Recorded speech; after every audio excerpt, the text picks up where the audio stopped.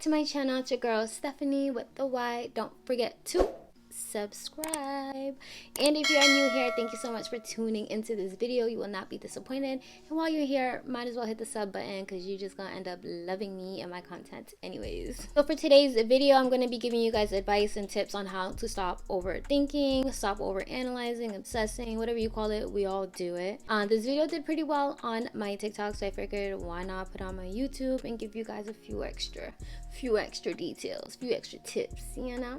As you know, we all overthink sometimes. It is completely normal, but if it is excessive, it can lead to other things like depression, anxiety, all that stuff we're trying to avoid for 2023, right? Or forever. Let's just get started on how to stop overthinking now. Number one, crying over spilt milk. Why? I love saying this to everybody around me, like, especially if it's old news, past, there's nothing you can do about spilt milk, right? But to clean it up and move on. So the same should apply to whenever you are overthinking about certain situations. Did you do your best? Is there anything else that you can do at this very moment to change what happened? Damn. So why are we crying over spilt milk? Okay, yeah. What's funny is that a lot of times people will be like, oh dang, I thought of the best argument or the best comeback after the argument's over. Like, damn. it's literally like that. There are times that we will think about what we could have said, could have done, but it's just like you're doing all this thinking, all this energy into it for what? And do not get me started on if you're a perfectionist. If you're like me, or you are even more of a perfectionist, because I'm trying not to be, then yeah, you have this issue a lot because you're always thinking of what you could have done better, especially when you're not necessarily satisfied with the results that you are expecting to get. Whenever you just feel less than perfect in any situation, we are going to start overthinking, but we're not doing that no more. We are going forward, learn from our mistakes, and we move on. That's it. We're just not crying over spilt milk. It's already done for. Number two, which is honestly my favorite, and I shouldn't even be giving this gem so early in the beginning of the video, but you already know how I am. I get straight to the point. So anyways, number two, don't take it personal. Do not take things so personal. And shout out to my favorite book, The 4 Agreements. This is where I first read this and honestly applied it to my life ever since I read that book. If you have not read that book already, please do. I'm definitely trying to get into more reading this year, you know, self-help books. So if that's your thing, check it out. But of course, we all feel this way because it's our lives, right? It's my life. So I'm the main character. It's all about me. But no, Shelly. Really not.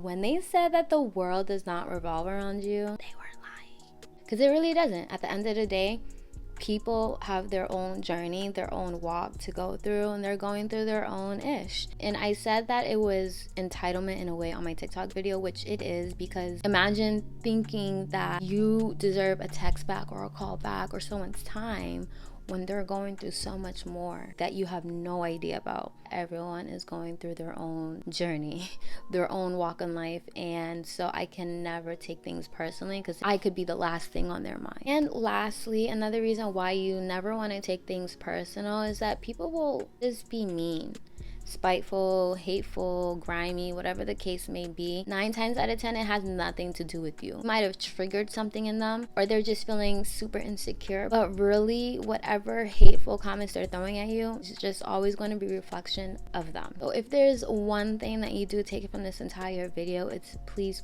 do not take things personal. 3 is self-awareness. I think this is super important, especially when you do start to overthink or start to overanalyze certain situations. You always want to be aware of where your thoughts are, because who's in control of your thoughts?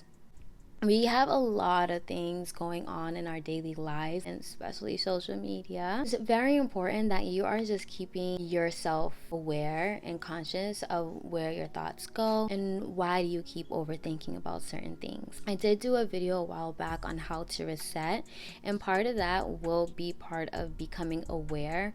So my favorite top 3 things I would recommend are like a workout, meditating, or journaling, or all three. Especially journaling and meditating, that'll really help you to be aware of who you are, what's going on, why you feel this way, why do you feel triggered, what happened. You need to ask yourself these tough questions, whatever the case may be, but there are questions you need to ask yourself so that you can be fully aware of why you're even overthinking in the first place. If this is not something that you do, just sitting alone in a room, journaling, meditating, whatever the case may be, going for a walk, it can definitely be uncomfortable asking yourself certain questions, especially if you feel like you do know the answer deep down. And this is something, you know, the hard things have to get done so that you can get to your results, the results that you want. Self-awareness is something, at least for me, that takes time. It's a continuous practice. It's something that I have to do often so that I can feel very balanced. Hence why I make meditating and or journaling part of my routine, because that's just something that really helps me throughout the day and forever. The more self-awareness you have, the more you understand your feelings, your thoughts, and how to control them. Number 4 is pretty self-explanatory, but number 4 is just living in the present. And if you're a perfectionist, you want to think about your mistakes so that it doesn't happen again, or that you never have to feel less than perfect. Or if you're over analyzing how your future is gonna be, what you want to do for the rest of your life, you have to figure out now, relax. It's never that serious, sis. You know what it never was? That serious. It was never that serious.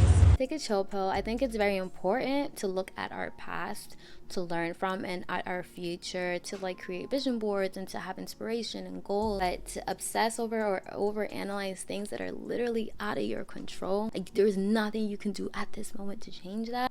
And I'm going to say this again, always do your best. If you are literally doing your best at that very moment, there is nothing else that you can do. And number 5, which can be tied into with self-awareness, but I made this something separate because it's just literally a 5-second rule that I like to do. And so number 5, reset and train your mind. I like to say that because our brain is like a muscle, right? The same way you be lifting in the gym, you be training, right? Why can't you train your brain, your mind, to stop overthinking, to stop overanalyzing when you do realize, okay, I thought about this for 2 days now, let it go. But I don't remember where I heard this rule from, so I'm so sorry to not give credit. I heard it on a podcast, and basically he was saying, whenever you find yourself feeling, I think it was a procrastination podcast or episode, and he was saying whenever you just want to snap out of it, you just have to count from 5 down. And once you get to 0, your mind, literally, it's somehow a hack for your brain to switch. A thought is just a thought. As easy as it came, it could go. It's damn, I can't stop overthinking about it. But yes, you can. You are in control of your brain. Train your mind to switch, especially when it's a topic that you realize you're overthinking about. But as I said, this is something that does take practice. It does take time. So please be patient with yourself. Be gentle with yourself. Keep trying. It's not going to be a one and done. The 5-second rule has been my favorite mind hack, brain hack, whatever you call it. I don't know how it works, but it literally does. Whenever I need to stop being lazy or change my thoughts or think something more positive and just feel better, 5, 4, 3, 2, 1. Who's next? Go. It is really that simple, and before you know it, you're going to be practicing these steps on a day-to-day basis, and you won't be overthinking anymore. You're not going to be obsessing over certain things that should not and does not currently matter. Boom. Just like that, you already started implementing this in your routine. You've already started practicing these simple steps daily. You're implementing the 5-second brain hack, and now you're not even overthinking as much as you used to. Now you don't even have as much anxiety. You feel happier, you're confident, just feel better with yourself in your life, because who's in control and who's not overthinking? Yeah. I know that this was a super quick and short video, but I just had to let you guys know all of the tips and tricks that have been helping me just not overthink anymore, to stop overanalyzing, because I'm not doing that no more. 2023, we're on to bigger and better things, and that starts with our mind first. So we're going to make sure that our mind is right so we can act right. So I really do hope that this video was very helpful and informative on how to stop overthinking. And of course, I am open to more suggestions. So if you have any, feel free to drop them down below. And don't forget to hit the like, comment, and subscribe button. And I'll see you guys in my next week's video.